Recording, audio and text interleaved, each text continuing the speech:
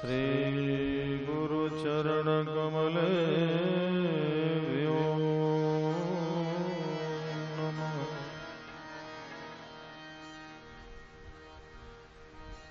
ध्येयं सदा परिभवग्नमभीष्टदोहम् तीर्थास्पदं सेवाविरञ्चनुतं शरण्यम्।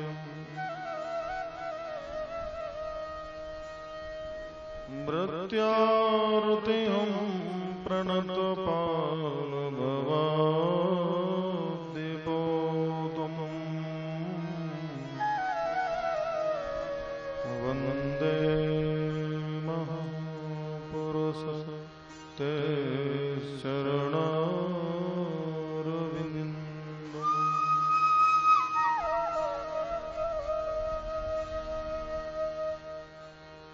वंशे विभूषितकरा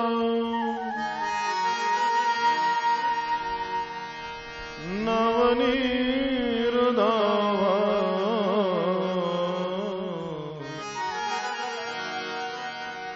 पीताम्बरादरुण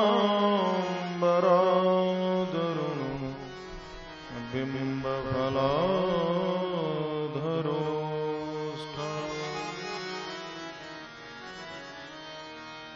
पूर्णेन्दु सुन्दरमुखा अरविन्दनेत्रा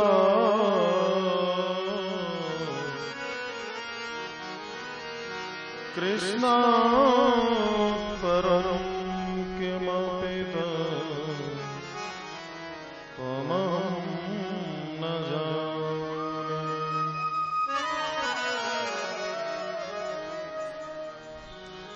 नारायणं नमस्कृत्य नरं चैव नरोत्तमम्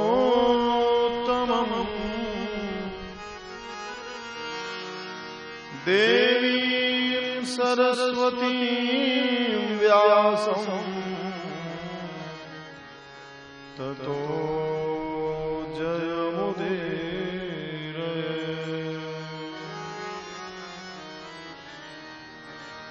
सीतानाथ समारम्भा श्रीरामानन्दाय मध्यमा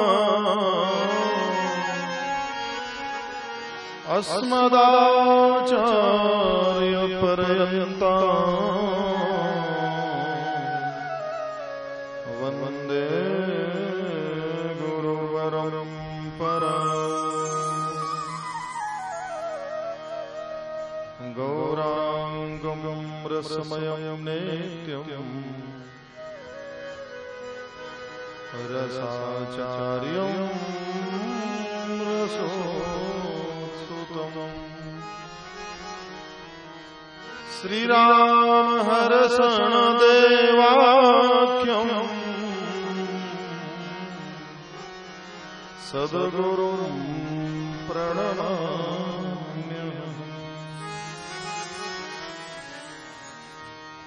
जय जय श्री राधा रमण जय जय नवल किशोर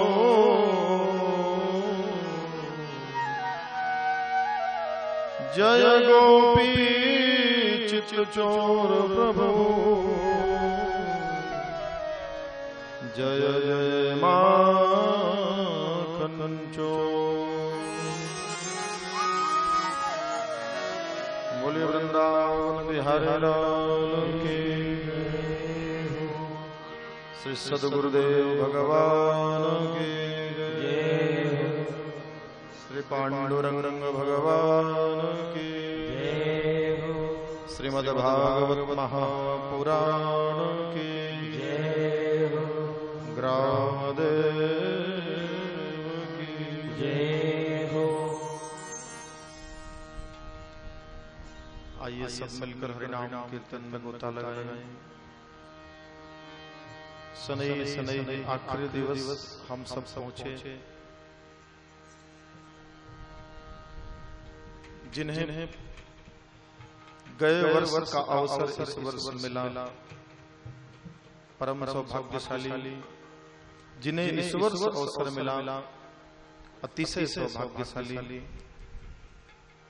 इस अवसर का पूर्ण लाभ अवश्य ध्यावे, प्रेम बरसात में हरिनाम कीर्तन सभी साथ में गावे।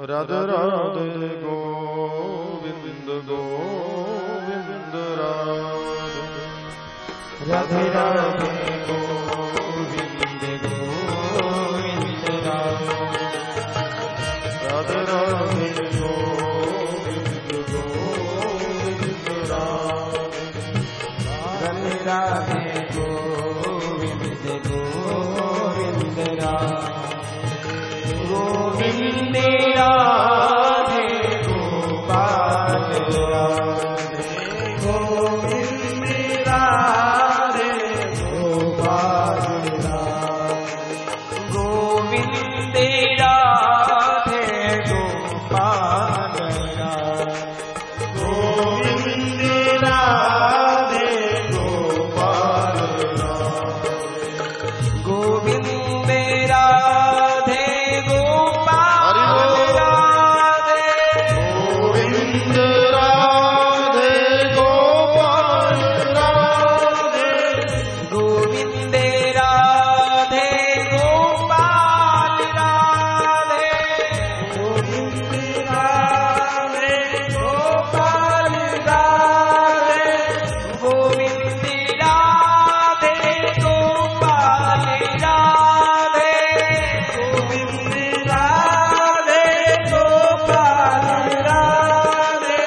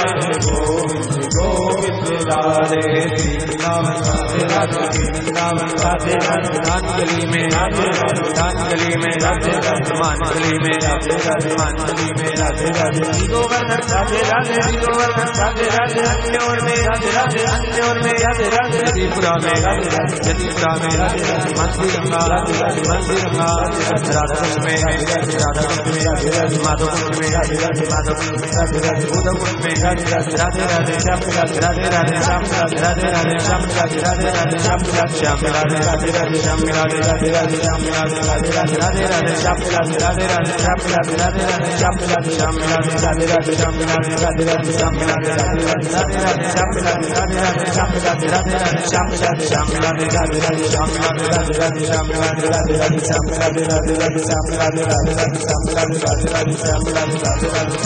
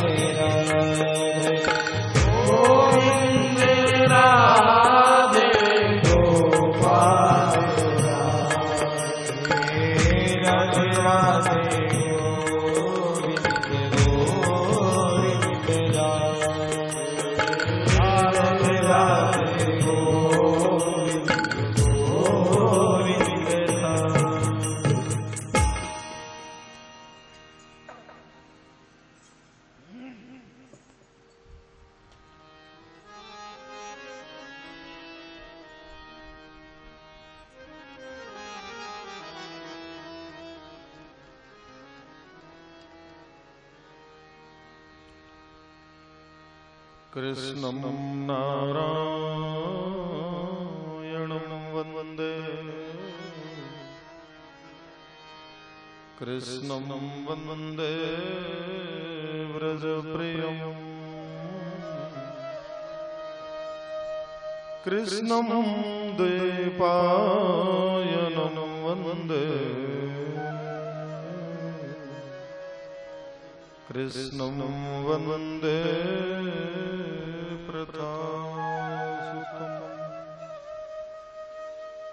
वक्रतुण्ड महाकाय कोटिसूर्यसमप्रभ निर्विघ्नं कुरु मे देव सर्वकार्येषु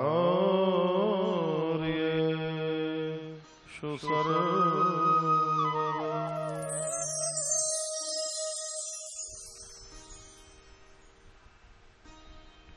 परम कृपालु भक्त शिरोमणि दिनों के दाता भगवान श्री कृष्णचंद्र को प्रणाम करते हुए सहज पुण्य बढ़ता जा रहा है। जिनकी महती कृपा से आज हमें आप सबको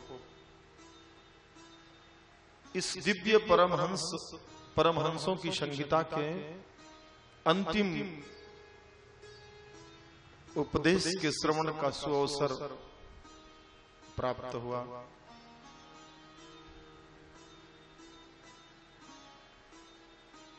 सभी श्रोतागण आज इस दिव्य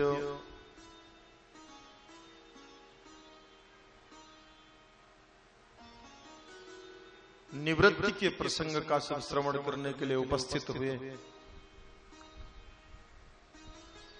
पूर्व प्रसंगात भगवान श्री बालकृष्ण को नमस्कार करते हुए श्री पांडुरंग के चरणों में कोटि कोटि वंदना करते हुए अपने श्रद्धा रूपी सुमन भगवान के चरणों में अर्पित करते हुए हम आप सब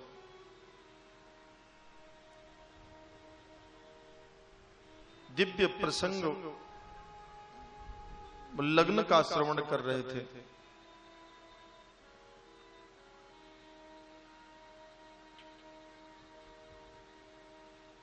महाराज, लग्न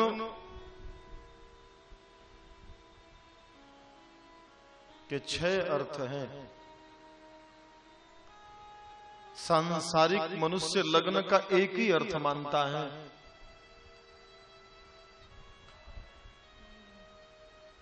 एक मंडप में वर वधू का मांगलिक कार्यक्रम निवृत्त हो जाना ही केवल लग्न नहीं है।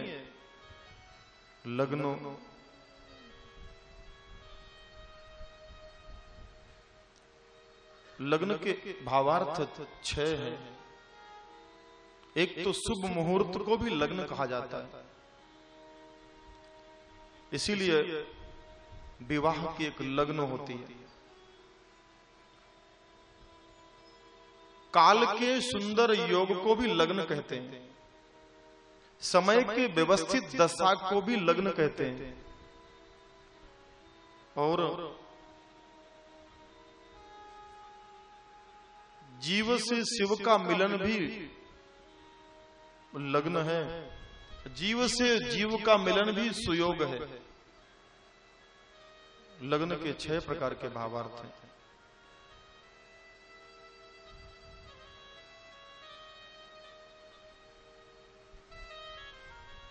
लग्न का सीधा सा अर्थ है मिलन।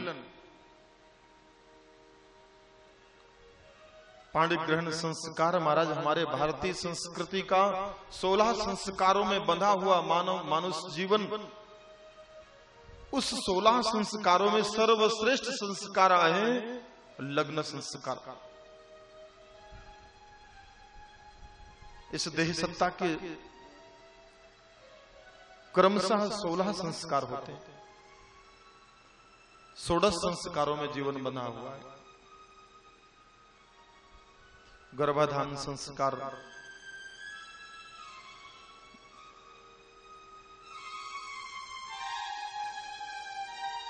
चौल कर्ण संस्कार, चूड़ा कर्ण संस्कार,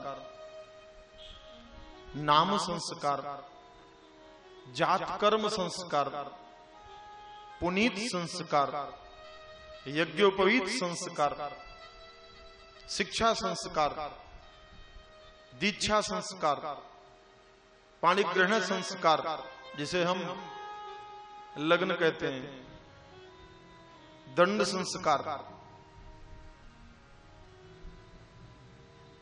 निष्ठाल संस्कार,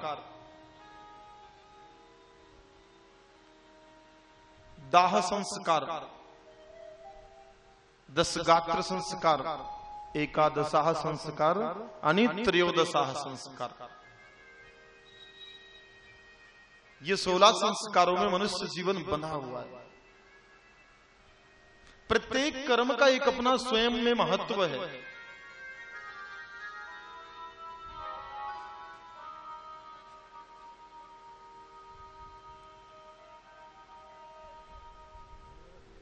महाराज लगन केवल वर वधू के मंडप में प्रवेश के बाद गणपति भगवान का स्मरण करके मंगल अक्षता छोड़ देना ही केवल लगन नहीं है। वर वधू दोनों का संपूर्ण जीवन वो लग्न से बंधा हुआ रहे। लग्न चाहे जिस प्रकार की हो, बस लग जाए एक बार तो फिर छूटती नहीं। और आजकल हमने देखा है ऐसे मतिमंद होकर जी रहे हैं महाराज कि लग्न के महत्व को समझना बहुत औखा हो रहा है। लग्न के महत्व को समझते ही नहीं।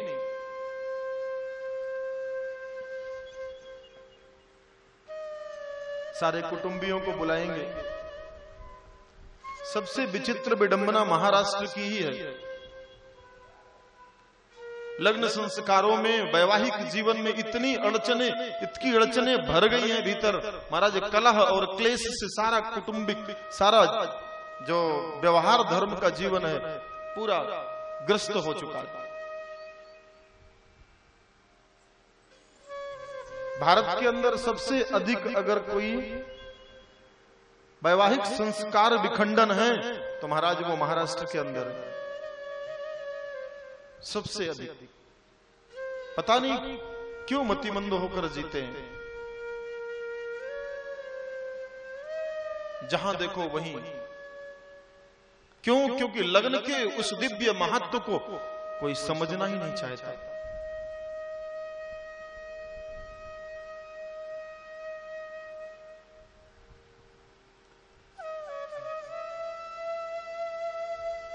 मुहूर्तादिक परंपरा में तो महाराज लगन जरूरी नहीं कि वर वधू जब हो तभी लग्न हो। अरे लगन तो कभी भी हो सकती है। लगन तो मीराबाई को भी लग गई थी ना।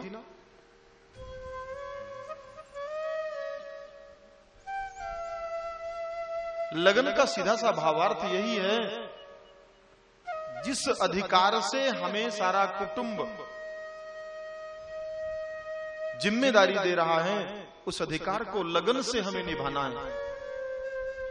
केवल स्वामी ने पत्रिका देख करके 12 लग्नों में से घोषित कर दिया वही मात्र लग्न नहीं है।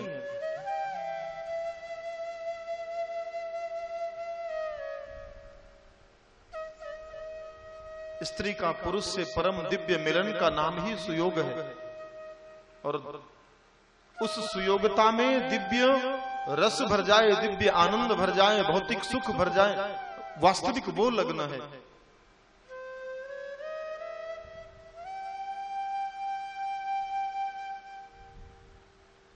पहले तो महाराज होता था जब लग्न संस्कार होता तो लग्न संस्कार में दोनों पक्ष के स्वामी बैठते और दिव्य साखोचार होता, शिष्टाचार होता। आज ना साखोचार रह गया ना शिष्टाचार रह गया। आज तो केवल लोकाचार रह गया, केवल लोकाचार बस।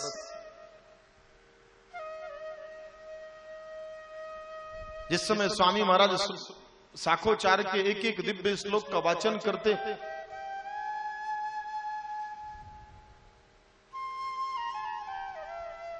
तो जितने भी वर वधू के उस दिव्य कार्यक्रम में सम्मिलित हुए अतिथिगण हैं, मेहमान हैं, महाराज सभी उस साखोचार से, शिष्टाचार से द्रवीभूत हो जाते, आनंदित हो जाते।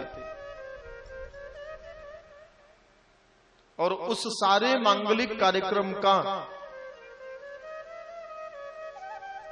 प्रतिनिधित्व महाराज भगवान गणपति ही करते थे। गणपति केवल इष्ट नहीं है महाराज, मंगल भरने के मंगल मूर्तिमान साक्षात रूप है। लेकिन उनका भी आजकल अनादर हो जाता है। उनका अनादर कैसे? जब गणपति का अवसर आता है ना तो मोटे मोटे बुद्धिमान भी अरे संध्याकालीन महाराज स्नान करके गणपति भगवान की आरती उतारनी चाहिए तो संध्याकालीन पैक लगाकर गणपति जी का दर्शन करने आते हैं। पैक लगाकर बहाना है गणपति जी का। रात को 12-12 बजे तक घर से बाहर रहना है तो कुटुंब को ज्ञान नहीं होगा कि बेटा हमारा पैक भी लगाता है। तो गणपति जी के बहाने महाराज 10-12 दिवस तो आनंद कर ही लेते हैं, और वही आनंद फिर 12 दिवस का आनंद 12 महीने कलह भर देता है। क्योंकि जब मंगल कामना करनी चाहिए, मंगल मूर्ति की आराधना करनी चाहिए, उस समय क्रिया बदल देते हैं।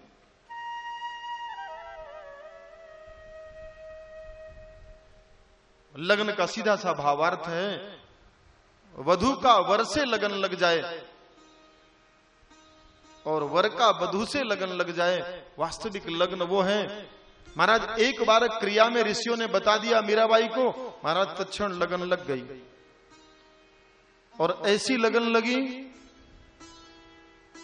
कि महाराज आज मीराबाई के एक एक भजन में गाए हुए एक एक पद में पीएचडी होती है।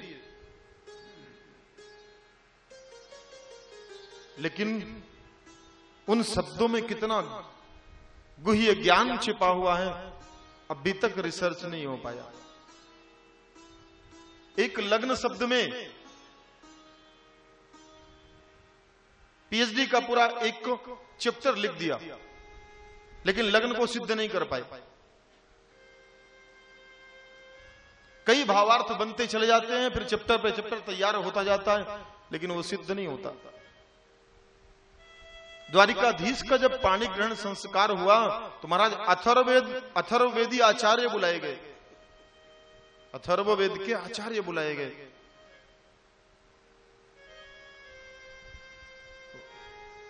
भागवत जी ने तो प्रमाण दे दिया है कि भगवान का जो पाणी ग्रहण संस्कार है वह इस तरह हुआ।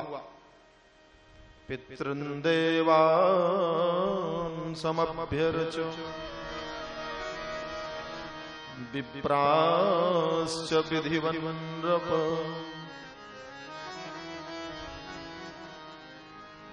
भोजयित्वा यथान्याहम् वाचयामास मंगलम् पुरोहितो अथर्ववेदिः वैजुहाव प्रशान्ते हिरण्यरूपवासांसे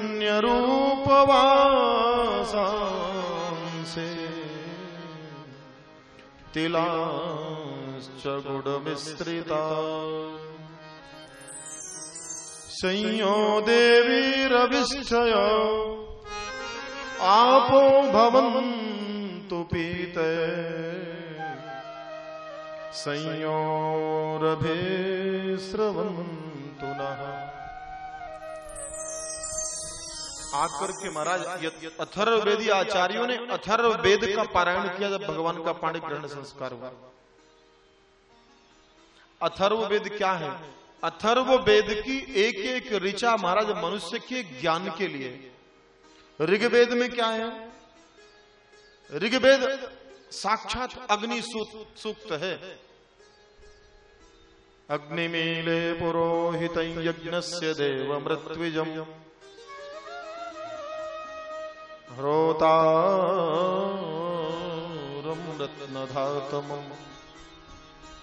महाराज ऋग्वेद जो है वो अग्नि तत्व से भरा हुआ है। अग्निदेव तत्व का प्राकट्य ही ऋग्वेद से हुआ है।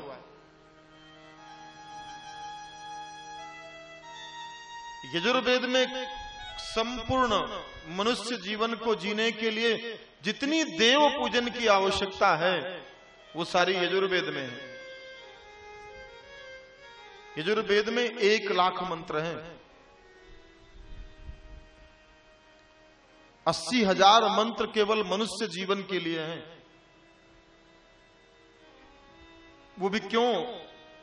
केवल कर्म कांड के वास्ते। हम जो पूजन यजन आदि करते हैं, यज्ञ आदि जितना भी कर्म है मनुष्य जीवन का, संपूर्ण वो उन्हीं 80,000 मंत्रों के अधीनस्थ है। और महाराज 16,000 मंत्र जो है वो ज्ञान कांड के हैं, और 4000 मंत्र उपासना कांड के हैं।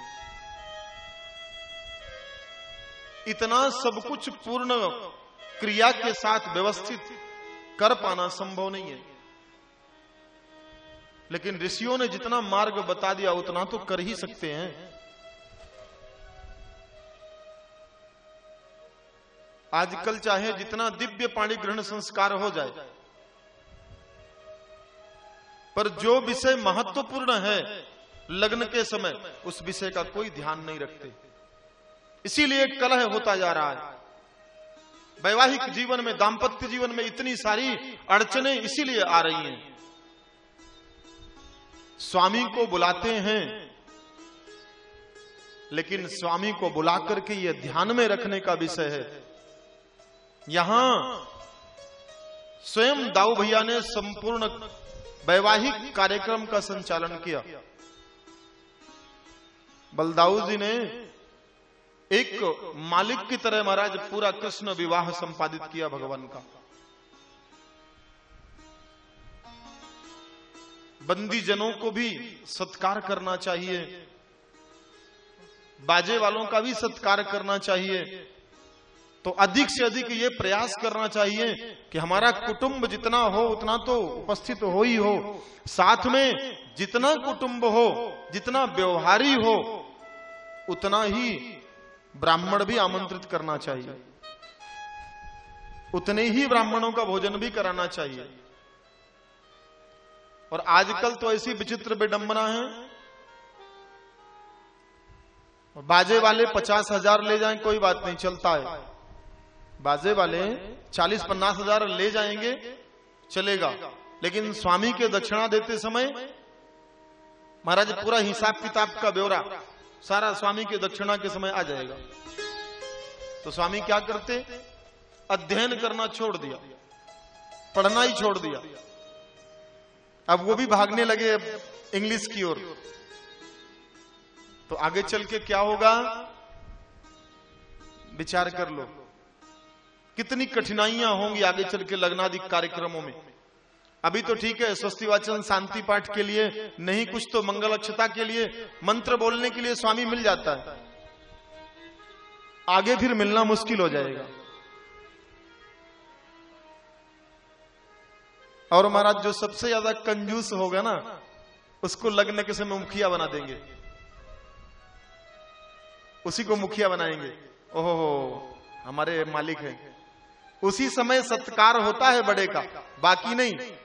बाकी कभी नमस्कार भी नहीं करेंगे, कभी प्रेम से उन्हें पानी भी नहीं पिलाएंगे। लेकिन जब कंजूसी की और पाप कमाने की बारी आएगी, तब महाराज मुखिया को पकड़ा देंगे कि पाप कमाए बुढ़ा।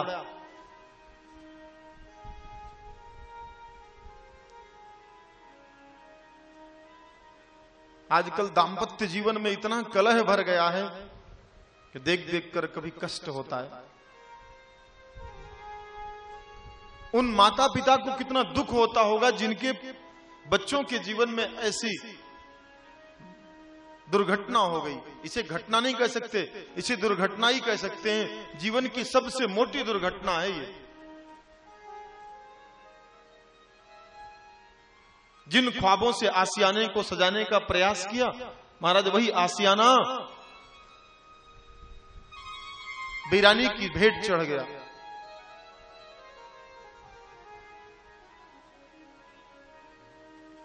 आवश्यक नहीं है, कहीं कहीं थोड़ा बहुत कमियां होती हैं, उनको समझौता के आधार पर ही समाप्त कर देनी चाहिए। आजकल तो ईगो इतना है, कोई झुकना ही नहीं चाहता। दोष किसी का नहीं होता है, सभी अपने अपने दायित्व को निभाने लगे तो महाराज कलह अपने आप शांत हो जाएगा।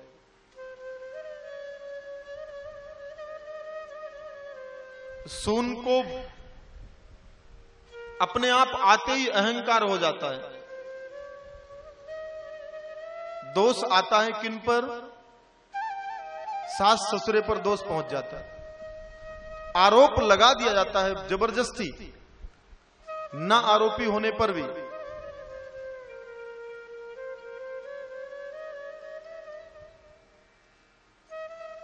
महाराज भगवान के पाणी ग्रहण संस्कार में इतना दिव्य आनंद हुआ, देवलोक से सारे देवगण भी वहां उपस्थित हुए भगवान का दिव्य पाणी ग्रहण, दिव्य लग्न संस्कार दर्शन करने के लिए। सारी द्वारिका ऐसी अद्भुत सजाई गई कि आज तक उस द्वारिका के सौंदर्य का वर्णन किसी ग्रंथ ने किया नहीं। अरे द्वारिकाधीश के लग्न की डेकोरेशन की जिम्मेदारी दी किसको गई थी, ये विचारनीय बात है।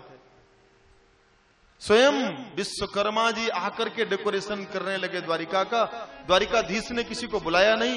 ये सिद्ध प्रमाण है कि द्वारिकाधीश साक्षात नारायण थे। और महाराज जब द्वारिका की सजावट हो रही थी, उसी समय रुक्मिणी जी को भगवान ने प्रविष्ट करा दिया था महल में। रुक्मिणी जी महल में बैठी, महाराज रुक्मिणी जी का श्रृंगार चल रहा था। कोई गोपी आकर, कोई सखी आकर के बाल बना रही हैं, कोई सखी आकर के उनके दुपट्टे को सुधारने का प्रयास करती हैं। क्यों? सखियों का तो परम सौभाग्य, कम से कम हमें हमारी स्वामिनी तो मिली। आजकल तो महाराज सखियों की परंपरा ही खत्म हो गई, सब ब्यूटी पार्लर हो गया। वो पार्लर क्या है? तो जिनके लिए पार्लर है वो कम जाते हैं। वो पार्लर तो बहनों के लिए ठीक है, उन्हें जाना चाहिए, लेकिन बंधुवर हमारे पहले ही गेट पे खड़े नजर आते हैं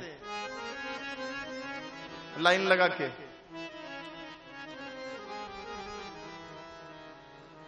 रुक्मिणी जी अपने पूर्ववत संस्कार का स्मरण कर करके महाराज आनंदित होती जा रही हैं। एक गोपी हाथ, एक सखी हाथ में मेहंदी लगा रही है, मानो उसी मेहंदी के रंग में ऐसा दिव्य फूल बनाया हाथ में मेहंदी के रंग से कि वो फूल संयोग से कन्हैया जी के स्वरूप में परिणित हो गया। जैसा द्वारिकाधीश का श्रृंगार, जैसा द्वारिकाधीश का दिव्य स्वरूप, महाराज वैसा ही आकार मेहंदी में जैसे ही सखी ने बना कर दिया। महाराज रुक्मिणी जी ने देखा और उसी दिव्य स्वरूप पर मोहित हो गई।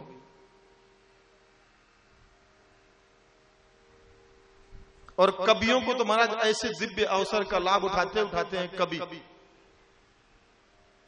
कवियों ने उस दिव्य प्रसंग को अपने पंक्तियों में पिरो दिया।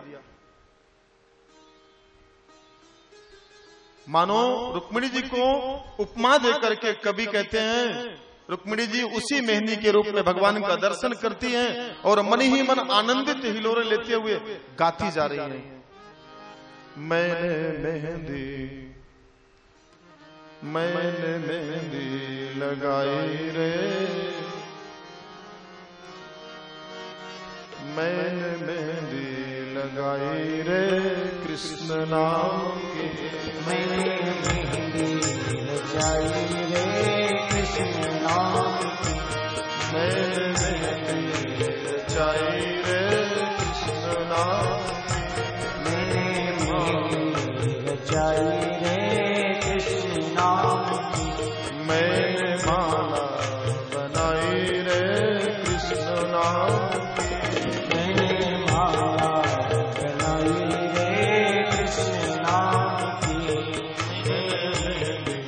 रचाई रे कृष्ण नाम की।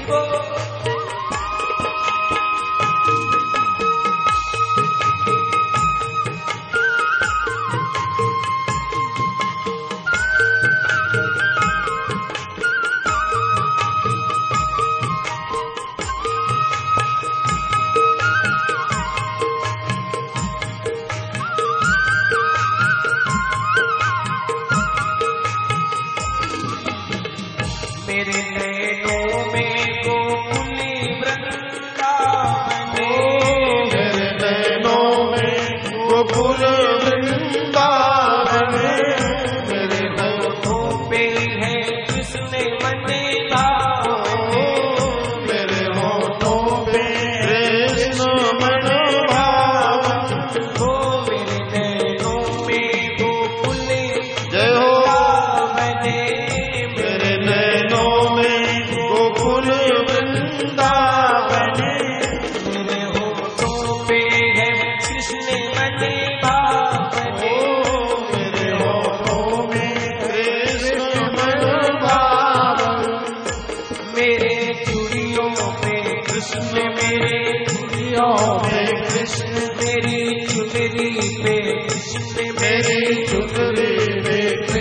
मैंने नकली कढ़ाई रे हरि बोल।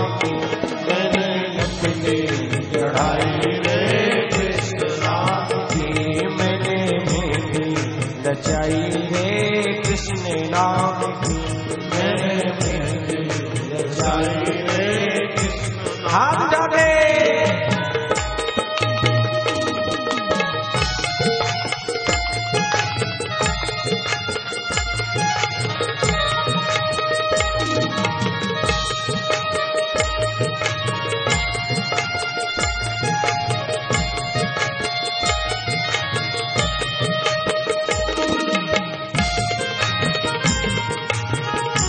कलिया। हरि बोल। अब छाया है कृष्ण मेरे अंग में, अब छाया है कृष्ण मेरे तन में, मेरा तन मन रंगा है इसी रंग में, मेरा तन मन रंगा है इसी रंग में।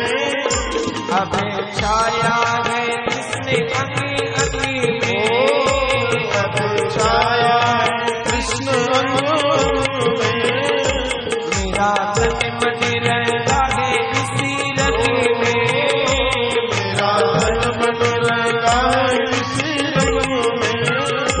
मेरा प्रीतम है कृष्ण मेरा प्रीतम है, मेरा जीवन है कृष्ण मेरा जीवन है, मैंने माला बनाई रे कृष्ण नाम की, मैंने माला बनाई रे कृष्ण नाम की, मैंने रचना हरि लगाई बोल। रे कृष्ण नाम की, मैंने मेहंदी रचाई रे कृष्ण।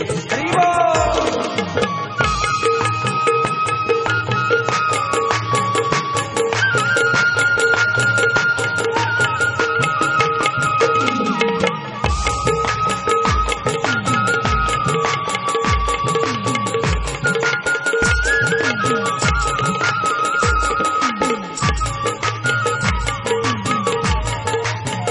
बलिया। हरि हरि बोल। मेरे नैनों में गोकुली वृंदावन, मेरे नैनों में गोकुल वृंदावन, मेरे होठों पे है कृष्ण मन भावन, मेरे होठों पे है कृष्ण मन भावन, मेरे नैनों में गोकुली वृंदावन, मेरे नैनों में गोकुल वृंदावन, मेरे होठों पे है कृष्ण मन भावन, मेरे होठों पे कृष्ण मन भावन, मेरी चुनरियों पे कृष्ण, मेरी चुनरियों पे कृष्ण, मेरी चुनरी पे कृष्ण, मेरी चुनरी पे कृष्ण, मैंने ज्योति जगाई रे कृष्ण नाम की, मैंने ज्योति जगाई रे कृष्ण नाम की, मैंने रचना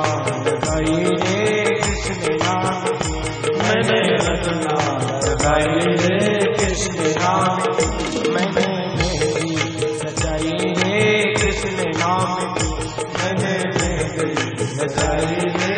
हरि बोल। हरि हरि बोल।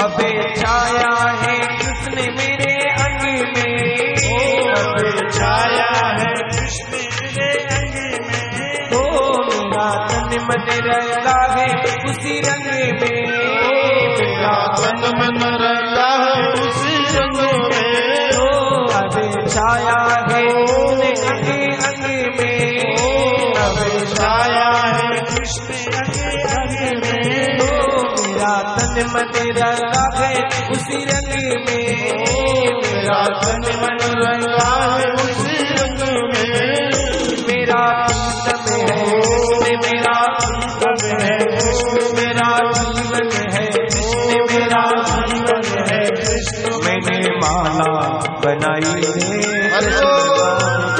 मैंने माला बनाई रे कृष्ण नाम, मैंने बिंदिया सजाई रे कृष्ण नाम, मैंने बिंदिया सजाई रे कृष्ण नाम, मैंने रत्ना लगाई रे कृष्ण नाम, मैंने रत्ना लगाई रे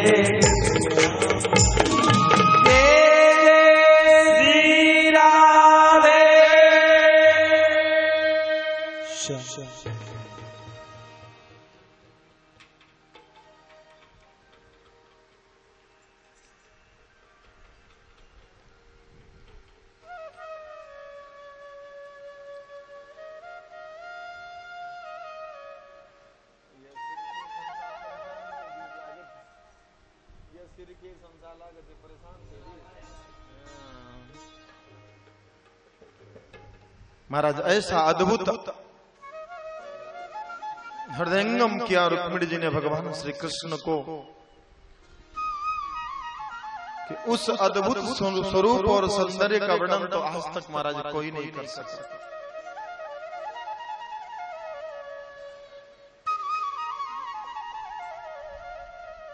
विवाह की परंपरा को निभाने से पहले सब सावधान हो जाइए, नहीं तो आगे चल के हमारी जितनी भी पीढ़ियां हैं सब बिगड़ जाएंगी। आजकल महाराज ऐसी विचित्र दशा है, विचित्र विडंबना है कि नौकर भी मालिक को स्वामी कहने से संकोच करता है, शर्माता है। नौकर भी मालिक को स्वामी बोलने से शर्माता है। अरे मेरे भाई बहन विचार करो,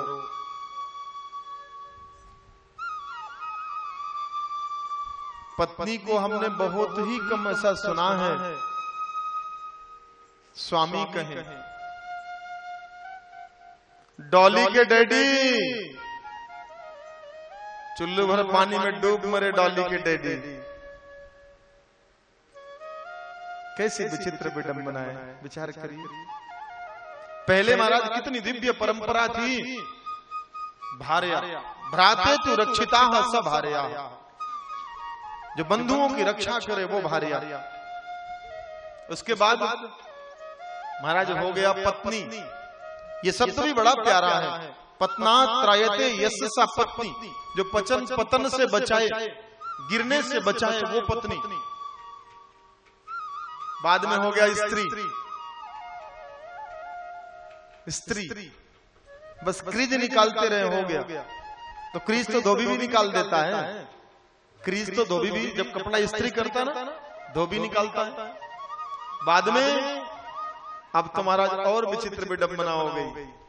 अब तो हो गए वाइफ। ओहो कितना प्यारा शब्द है वाइफ। इतना गंदा शब्द है ये, और बोलेंगे बहुत प्यारा शब्द है, बड़े प्यार से बोलेंगे, दिस इज माई वाइफ। हे भगवान। हाँ हाँ वाइफ। पहले क्या होता था? आर्य। व्रत की रक्षा में यत्न करे वो आर्य। उसके बाद हुए स्वामी, जो इस श्वास के तरंग को अपनी ऊर्जा प्रदान करे वो स्वामी।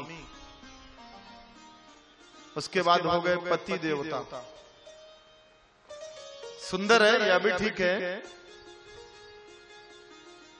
पुण्यान कृते यस्य सा पतिषु, जो पुण्य के कर्म को और बलवान करे वो पति। उसके बाद हो गया हस्बैंड। भाई लग्न के मुहूर्त का समय जो होता है, उस समय बैंड बाजे वालों को देखा जाता है। वो बैंड वाले आए कि नहीं, बैंड पार्टी आई कि नहीं, बार बार पूरे कुटुंब का ध्यान उधर ही रहेगा बैंड पार्टी। तो विचार करिए, वर को, वधू को वर कहां से मिलेगा? वाइफ को हस्बैंड ही तो मिलेगा। जब बैंड का ध्यान रहेगा तो वाइफ को हस्बैंड ही मिलने वाला है। जीवन भर बेचारा बजता रहता। अब पता नहीं बजाने वाला कौन है, भगवान जाने।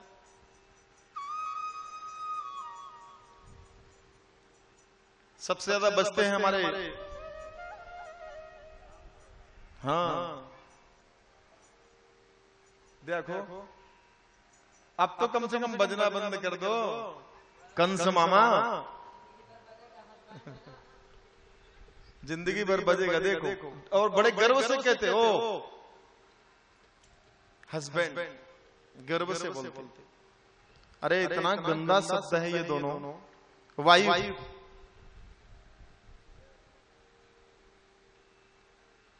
वाइफ का डेफिनेशन किसने बताया था ना? 4 शब्द है ना वाइफ में, WIFE। कितना प्यारा शब्द है, बताइए। W means west, I means instrument, F means for, E means enjoy. Best instrument for enjoy only.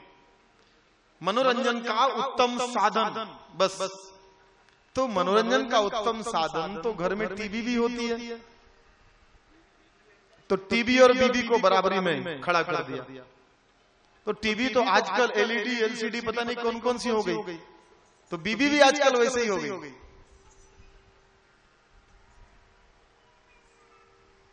इसीलिए कलह भरता जा रहा है घर में। शांति की जो प्रक्रिया है,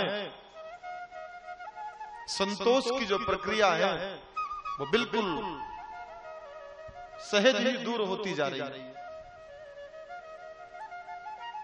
आजकल तो महाराज ऐसी विडंबना विचित्र हो गई है कि पति का कोई सम्मान ही नहीं है। जब पति का सम्मान नहीं तो पत्नी के प्रति प्यार कैसे रहेगा? आज्ञा का पालन तो करना ही नहीं है। महाराज ईगो इतना है, अरे राम राम हम कैसे झुक सकते? नहीं साहब, हम तो झुकने वाले नहीं है। अरे हमारे वडील ने मोटा माल देकर विदा किया है, हम भी जॉब करते हैं।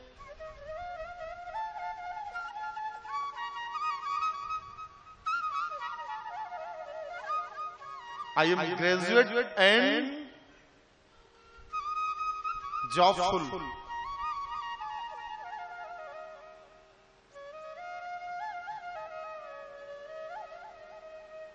Jobful wife in like it.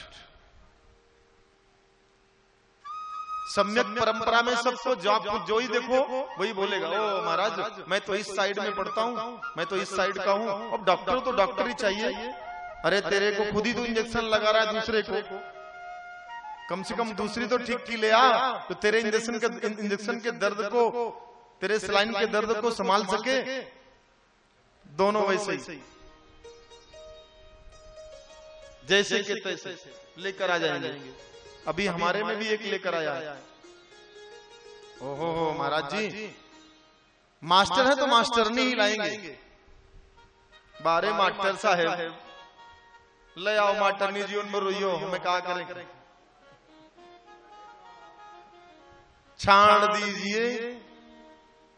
कितनी विचित्र विडंबना है महाराज। कंपेयर करेंगे, कंपैरिजन में हमेशा नुकसान ही है महाराज। कंप्रोमाइज करना चाहिए। ये जीवन की यही सरलता है, जीवन का यही श्रृंगार है।